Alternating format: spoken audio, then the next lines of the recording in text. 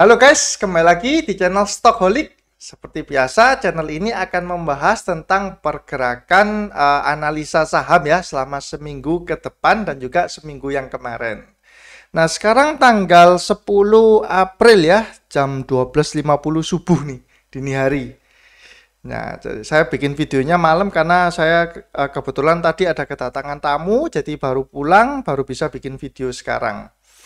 Nah, sebelum masuk ke video, saya akan memberikan sedikit intermezzo ya, di mana minggu ini, waktu tanggal 4, minggu kemarin, itu saya sama keluarga itu pergi berziarah ke makam almarhum ayah saya. Nah, itu adalah suatu adat di tradisi etnis Tionghoa ya. Jadi ada istilahnya itu cengbing atau berziarah ke makam leluhur. Nah, di sana ternyata tidak seperti biasanya. Tahun lalu sih kita nggak pergi berziarah karena ada COVID ya, COVID yang begitu parah. Nah, tahun ini saya begitu syok. Kenapa? Karena di sana pun masih sangat sedikit sekali orang yang pergi ke acara cengbing ini ya, atau ziarah ini. Kalau dulu biasanya itu sudah banyak kuburan itu yang ada disebari bunga-bunga segala macam. Sekarang saya lihat itu, waduh, sedikit sekali lah. Terus habis dari berziarah kita pergi ke salah satu kafe ya sama keluarga itu di Batu. Nah, kafenya itu adalah namanya ini ya, Cafe Monstera. Kafe ini cukup unik di mana akses menuju kafe ini itu cuma ada satu kayak gang kecil gitu loh. Jadi hanya bisa dilewati satu mobil.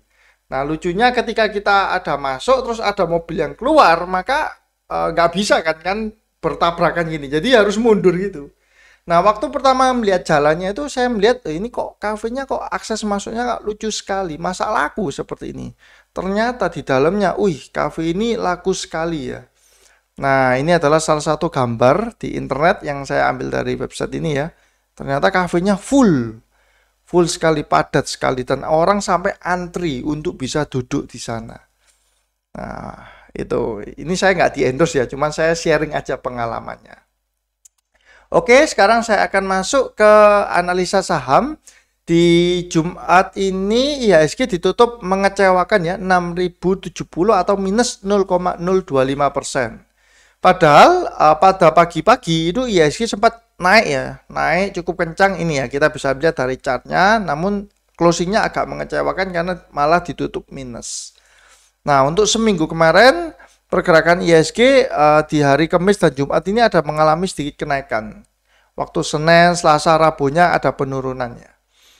Untuk asing sendiri di hari Jumat ini ada sell sebanyak 66 M, padahal pagi harinya itu asing masih net buy 100 M lebih. Kalau nggak salah sekitar 150 M. Terus dia jualan terus, makanya closingnya itu malah minus. Nah, pagi-pagi itu asing itu buy di 4 bank besar ya, BCA, BRI, BNI, dan Bank Mandiri.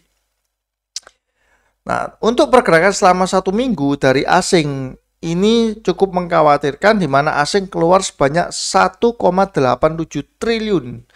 Ini angka yang sangat besar ya untuk 1 minggu. Dan selama 1 bulan asing sudah keluar 4,4 triliun. Nah, ini kita mesti warning ya, jadi benar-benar defensif, hati-hati. Kalau saya strateginya adalah main cepat ya, trading, fast trading, nggak mau terlalu lama hold untuk saham-sahamnya. Oke, terus nah ini adalah chart dari IHSG, dimana sebenarnya IHSG ini ya ada mengalami rebound dari ini di titik support ini 5.900-an, dia nggak jebol-jebol, terus ini mulai bergerak naik. Tapi karena melihat bagaimana derasnya asing ini keluar, saya jadi nggak terlalu berharap banyak lah dari indeks IHSG untuk minggu ke depan. Seperti itu. Untuk pergerakan harga batu bara masih tetap ya di angka 90-an, sekarang di 93, dia atau minus 0,85%. Terus untuk pergerakan nikel, ini ya pergerakan nikelnya, nah dia ada di level 16.480. Kalau kita lihat selama 1 month, 1 bulannya, dia sebenarnya juga ada mengalami kenaikannya di sini. Nah, ini baru ada terjadi koreksi. Kalau kita lihat selama 6 bulan, Nah, dia sudah sebenarnya sedang mengalami tren mulai mau mencoba menembus ini ya, kenaikan. Dia sudah jebol resistennya di 16.500 ini, menembus, dan dia mau mencoba untuk naik lebih tinggi lagi. Mungkin akan mencoba menembus di level ini 17.650. Seperti itu untuk harga nikel ya. Goldnya masih mondar-mandir, nggak terlalu besar, nggak terlalu banyak pergerakannya di level 1.700-an ya, masih. Nah, sekarang kita akan melihat saham apa yang paling banyak dibeli dan dijual oleh asing ya selama seminggu kemarin. Ini kita bisa melihat selama 1 minggu dari tanggal 5 sampai tanggal 10 asing paling banyak membeli saham itu adalah Bank BNI, Bank Mandiri, United Tractor, Kalbe, Antam, Gudang Garam, Adaro ya. Ya, ini dua ini blue chip. United Tractor juga lah, termasuk si blue chipnya juga. Kalbe ini masih diakumulasi terus ya sama si asing. Nah, Antam walaupun asing masuk tapi dia minus cukup parah. Ya, hari ini pun di Jumat pun dia juga minus ya closingnya. Terus kita lihat saham apa yang paling banyak dijual oleh asing. Ternyata yang banyak dijual adalah saham Bank BCA, BRI, Astra, Telkom. Nah, 4 ini juga tentu saham penopang IHSG ya, terutama 2 teratas ini. BCA dan BRI masih dijual oleh asing. Jadi, saya melihat bahwa ini pertanda yang kurang bagus. Asing keluar di saham-saham yang top bank. Nah, ibaratnya ini fondasinya IHSG. Kalau ini asing terus-menerus jualan, ya bisa runtuh marketnya ya. Karena apa? Karena bobotnya sangat besar di 2 saham ini. Astra dan Telkom sebenarnya asing cukup besar bobotnya. Nah ini ya, kalau Telkom dia jualnya nggak terlalu banyak, 84 miliar. Oke, terus kita akan melihat kira-kira saham-saham apa saja yang cukup menarik untuk diperhatikan. Nah, sebelum masuk ke sini, saya ingin menunjukkan di minggu lalu saya akan memberikan sedikit itu ya, kita coba analisa dengan teorinya Takashi Kotegawa ya. Dimana kita melihat dari simple moving average 25, terus punya threshold berapa persen, akankah benar-benar rebound. Nah, dari berapa saham nih? 1, 2, 3, 4, 5, 6, 7, 8, 9, 10, 11, 12, 13. Nah, dari 14 saham ini, ternyata itu hanya 3 saham tuh yang gagal rebound ya. Nah, kalau berdasarkan teori Takashi Kotegawa kan, kalau sudah ada penurunan dari SMA 25-nya sebanyak thresholdnya, maka kita harus memasukkan saham itu ke watchlist, di mana akan terjadi satu sontekannya. Satu kenaikan yang cukup signifikan, mungkin sekitar 10%, nah itu saatnya kita lepas. Kita buy dan kita langsung lepas di hari itu juga. Nah, kalau kita perhatikan ya, ternyata saham-saham ini itu memang benar-benar banyak yang mengalami rebound. Terutama memang saham ini kan banyak didominasi oleh saham-saham bank digital ya. Contohnya kayak BNBA, terus Nobu, Maya, INBC itu ada mengalami rebound semua. Denar, Bevik, terus Bemas, nah ini ya. Yang gagal rebound adalah Goodyear, ini saham ban ya. Bex ini bank Banten. Bank sebenarnya juga masuk bank kecil juga, tapi dia gagal rebound. Terus BRI. Nah, BRI ini sebenarnya thresholdnya kan kecil, cuman saya masukkan karena ini adalah salah satu blue chip yang mengalami penurunan cukup banyak dari SMA 25-nya. Nah, sekarang saya lanjutkan di minggu ini. Saya juga sudah men-search, tidak sebanyak minggu lalu ya, ternyata saham-saham yang SMA 25-nya jatuh ya, seharga thresholdnya. Nah, yang pertama ada Waskita ya. Waskita termasuk salah satu saham blue chip. Namun dia jatuh sudah 19,35% dari SMA 25-nya. Jadi SMA 25 di 1302, harga lasnya ini cuma 1050. Nah, kita perhatikan saja apakah minggu depan ini si Waskita ini akan ada sontekan ya. Akan ada kenaikan yang cukup signifikan. Nah, terus ada Pol, ada Maya. Maya ini sama seperti ini ya. Kalau minggu lalu dia thresholdnya 42,46, sekarang dia 38, menurun ya thresholdnya. Karena dia ada kenaikan harga. Kalau minggu lalu kan, sorry. Oh, sorry. Dia harganya nggak berubah, cuman SMA 25-nya yang berubah.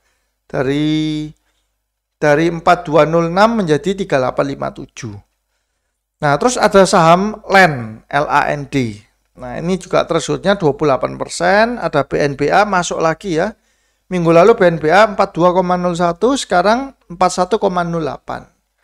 Terus ada BKSW 25. Nah, kalau bank digital mungkin 25% masih belum terlalu banyak ya.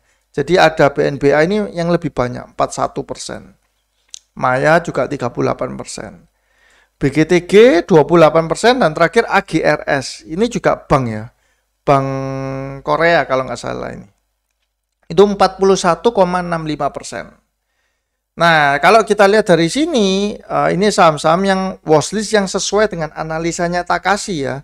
Kalau di ranking nomor 1 yang paling banyak penurunannya itu adalah AGRS, nomor 2 BNBA ya. Ini ya saya kasih rankingnya. Nomor 3 Maya Pada Group, nomor 4 LAND, LAND, nomor 5 BGTG. Nah, ini adalah watchlist untuk kalau kita menggunakan analisa si Takashi Kotegawa. Ya, itu trading cepat ya. Ketika ada rebound yang cukup banyak, langsung dia cabut. Oke, terus sekarang saya akan masuk ke ini ya. United Tractor yang pertama. Kita lihat chartnya UNTR. United Tractor, nah ini dia sudah berhasil melewati ini ya. Dia kan membentuk resisten di sini, terus support di sini nggak jebol-jebol ini ya. Di 1, 2, 3, 4, 5. Terus 6, 7. Nah, 7 kali menyentuh ini tapi nggak jebol-jebol. Berarti di level ini, berapa ini? 21 ini. 21 ribuan ini adalah support yang sangat kuat untuk United Tractor. Dan terakhir dia berhasil menembus resisten di sini ya. Nah, ini dia kan sudah di atas chartnya. Nah, kita lihat apakah ini dia akan berhasil melanjutkan uptrend. Seperti itu. Jadi ini masuk menjadi salah satu saham yang patut kita cermati. Yang kedua adalah DMMX ya.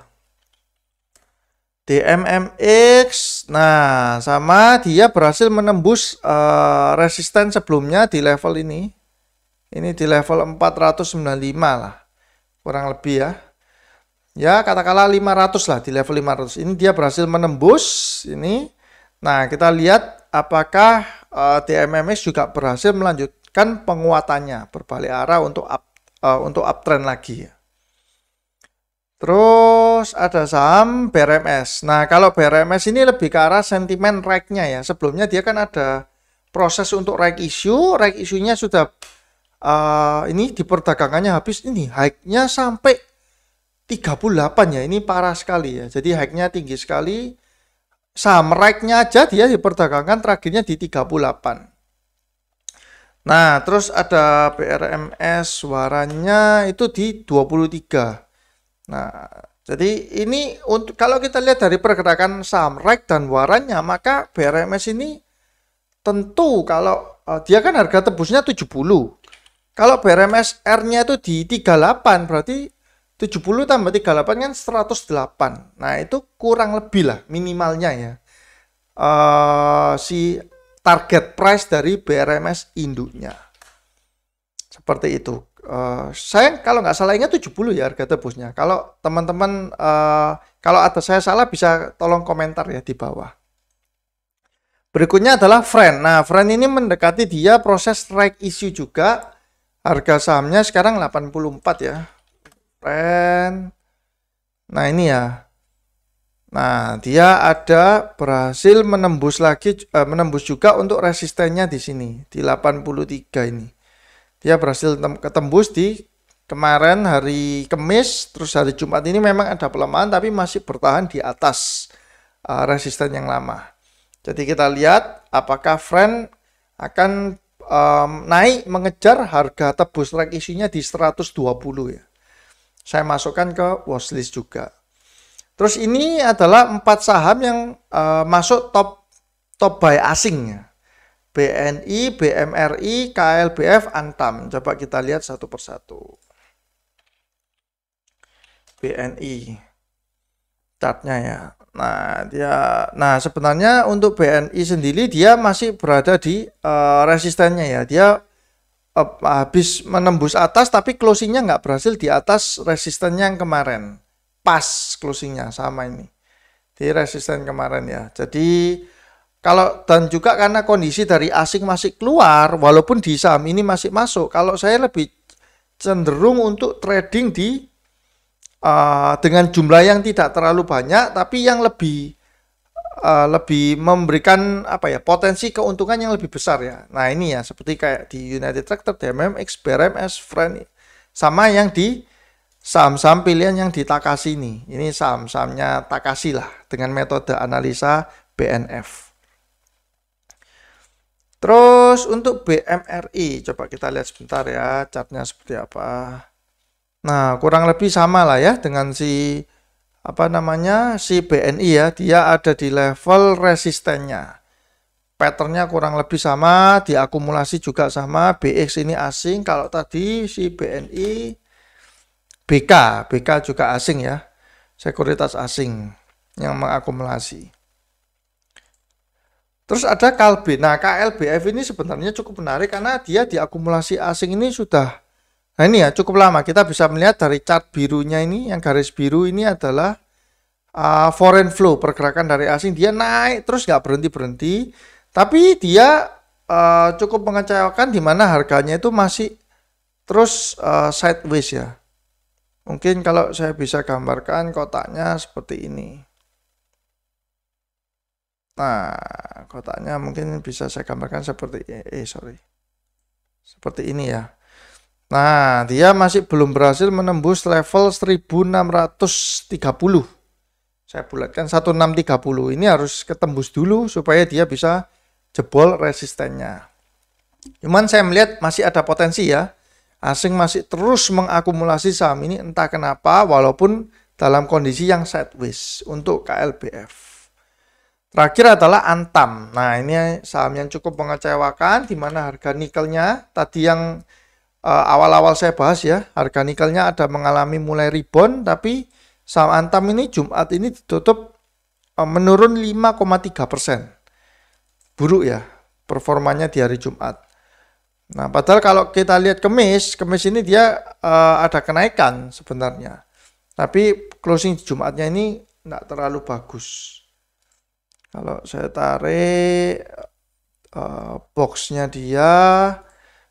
juga belum menembus dari resistennya. Resistennya ada di level 2500. Ya, kurang lebih 2525 lah level dari resisten untuk dia break resistennya. Nikel. Sebenarnya sih kalau saya bilang sih masih ada potensi lah ya untuk kenaikan. Selama nikel price-nya itu masih bagus, naik terus dan potensi untuk mobil listrik ke depannya itu juga bagus. Ini saham chance untuk naiknya masih ada. Seperti itu. Nah, yang di bawah ini adalah saham-saham yang sesuai analisa dari si BNF ini ya. Ini yang ada waskita pol. Cuman saya ambil tuh yang berdasarkan urutan nomor 1, 2, 3. Ini AGRS, BNBA, Maya. Dan yang ini terakhir ini saya ambil adalah kenapa? Karena dia salah satu saham yang fundamentalnya ya sebenarnya kalau sekarang lagi buruk, cuman dia kan waskita kan terkenal perusahaan yang besar gitu loh.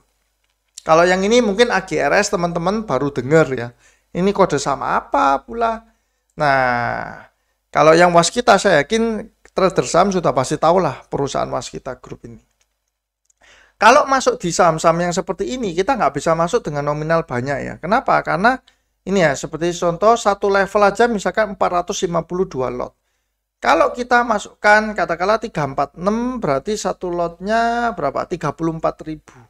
10 lotnya 340.000, 100 lotnya 3,4 juta. Nah, kalau teman-teman beli 30 juta itu sudah 1000 lot. 1000 lot itu di sini sudah naik berapa level ini? Ini loh. Nah, jadi teman-teman hati-hati kalau mau masuk di saham-saham seperti ini karena big player atau bandarnya itu gampang sekali untuk mendeteksi. Dan volumenya ini kan kecil ya. Jadi saya sarankan kalau teman-teman mau masuk di saham-saham yang seperti ini, itu masuknya jangan terlalu banyak, jangan mencolok lah supaya nggak mengganggu si bandar. Karena kalau bandarnya tahu, ini ada siapa nih masuk, misalkan dimasukin 100 juta gitu, ya pasti tahu lah dia, nggak mungkin dinaikin. pasti digebukin dulu sampai turun. Seperti itu ya. Nah, Mayapada ini juga sebenarnya dari chart dia sempat mengalami sonrekan ya. Nah, ini sempat mengalami naik ya sini ya. Kenaikan yang cukup lumayan dari level berapa nih? 2100 hingga level 2500, 20% ini naiknya si Mayapada kan. Nah, cuman penurunannya memang tajam. Ini diduga kenapa? Karena harga REIT isunya itu ada di level 400. Seperti itu. Jadi cukup jauh ya dengan harga Mayapada sekarang yang di level 2000 lebih. Harga tebus REIT-nya di level hanya 400-nya. Oke, jadi ini adalah saham-saham yang saya masukkan untuk watchlist selama seminggu depan. Kita lihat apakah ada saham-saham ini yang mengalami kenaikan yang cukup signifikan yang bisa kita manfaatkan momentumnya untuk mengambil ya persentase misalkan 5-7% lah. Kalau kita bisa setiap minggu profit katakanlah 5% aja sudah 1 bulan sudah 20%-an. Itu udah sangat bagus sekali itu. Mengalahkan persentase dari trader-trader yang lainnya. Kalau kita dalam 1 tahun sebenarnya misalkan kita average ya portfolio kita bertambah 60%, itu sebenarnya kita sudah saya boleh bilang itu di atas rata-rata ya. Itu 1 tahun loh ya. Berarti 1 bulan 5%. Seperti itu. Oke, sekarang sudah jam 1 lebih. Kalau teman-teman merasa mendapatkan sesuatu, jangan lupa ya untuk support saya dengan cara subscribe, like, komen, dan juga share video ini supaya semakin banyak orang yang melihat. Sekian dulu video dari saya. Semoga teman-teman sehat selalu dan cuan selalu. See you guys.